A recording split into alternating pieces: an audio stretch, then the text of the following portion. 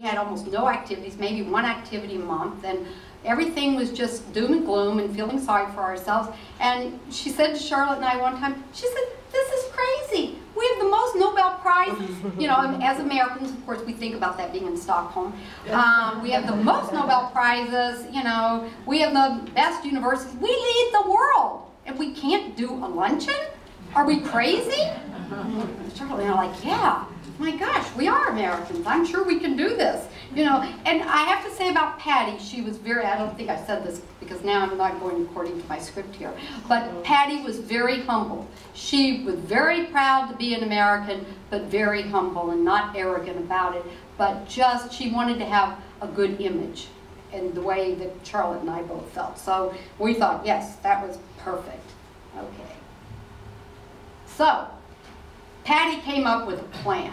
Actually, Patty was an organizational psychologist or something. I've never even heard of that before. And she was telling me this, and I'm just looking at her like, really? And she said, you know, I worked for a hospital, Rebecca. And I'm just like thinking, oh my God, what does that have to do with an American Women's Club?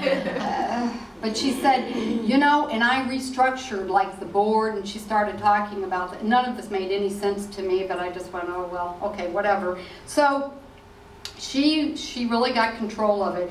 And in restructuring the board and the position, she made the first VP over activities. Well, I thought that was really nuts. So you have a first VP of activities. But the point was to give this person ownership. We needed activities, and exciting and interesting activities. So she felt, yes, to give that person the responsibility, they had to have a responsible sounding position, first VP. So she did that. And then I'd already agreed that I would do membership, and I said, but you know, I can't do a computer, I don't really have those kind of skills.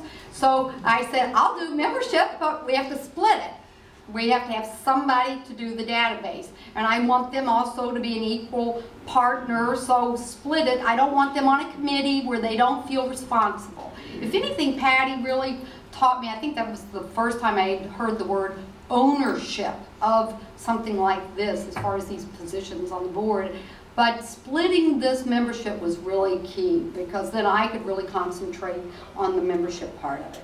And then we renamed our only event of the month an evening event, and we called it the Evening Circle. Again, ladies, this was the 95-year-old club, so it was like a sewing circle. So Charlotte had the nerve and the audacity to say, gee, we need to change this and maybe make it evening events, something a little more lively. Well, I'll tell you, a lot of the older ladies, and we're older too, so, but they were the long-term people, I guess, they really got upset that how dare her take the name and change it. This name had been there for 95 years, and you're going to change it? I mean, honestly, you'd think she, you know, I just couldn't believe the uproar of her daring to do that. So, but she did it. I wasn't even sure either. It gets better.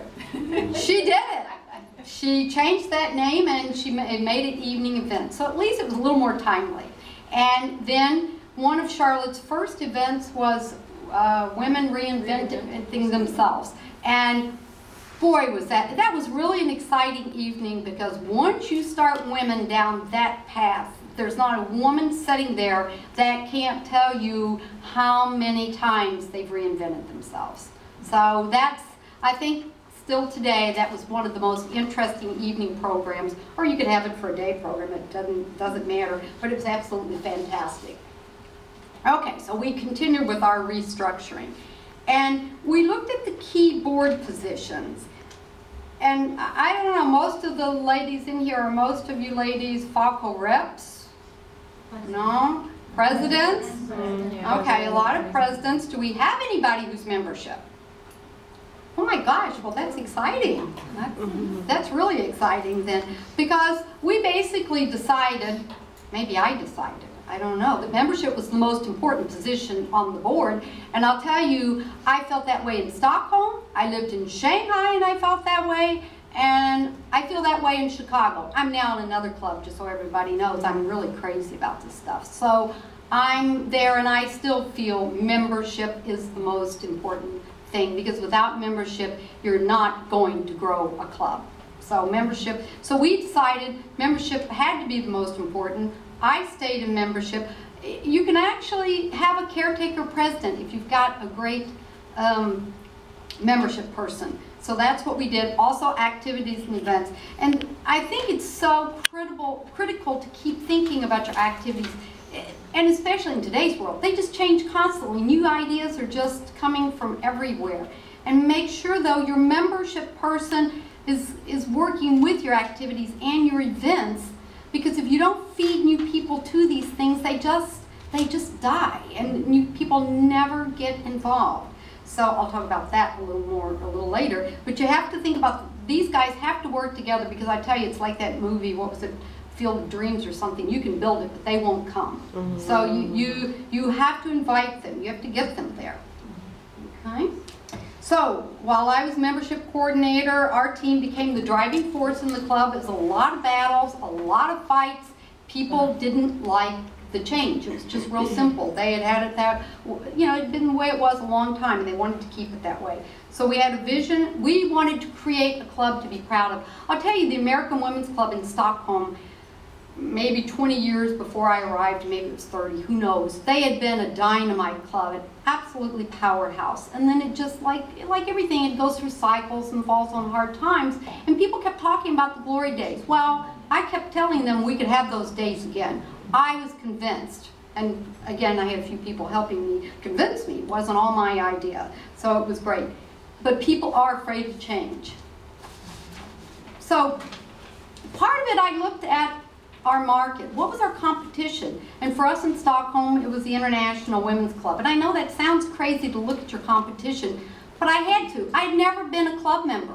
I didn't know what you do in clubs. So, of course, I was already a member of the IWC, the International Women's Club.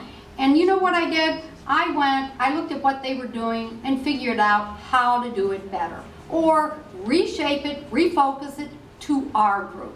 And to make our, group warmer, friendlier, whatever it took to, do that. And also I looked around for partner clubs. And in Stockholm, the only one, Charlotte, because she is a glutton for punishment, Charlotte was on our board for the American Women's Club, and she was also president of the American Club, which was actually more Swedish businessmen or women who had returned to Sweden, and so then you have an American club. They're not really Americans, but it has our name. So Charlotte was the president of this club. So we kind of, did things on both sides there. And she would have events, and we would participate also. So with Charlotte, it could be a partner club, which was really great. And of course, you can work with, a lot of times there are American Chambers of Commerce, things like that. But a lot of it, I kept finding people, and they always had reasons not to join or not to be involved. And a lot of times, I was always amazed, people, when I would talk to people that you would meet, they would say, well, what's in it for me? What do I get for my money? What do I get for those dues? I don't know what they think they should get. In Stockholm, it was about $35. I don't know what the dues are. I know in Shanghai, it's still probably about $35. And even in Shanghai was the same way. I'd see women who had just bought tons of pearl necklaces and said, why should I spend $35? That was huge sums of money. But I got pretty good at answering, to tell you the truth, because I felt in my heart that it was worth every cent they would spend.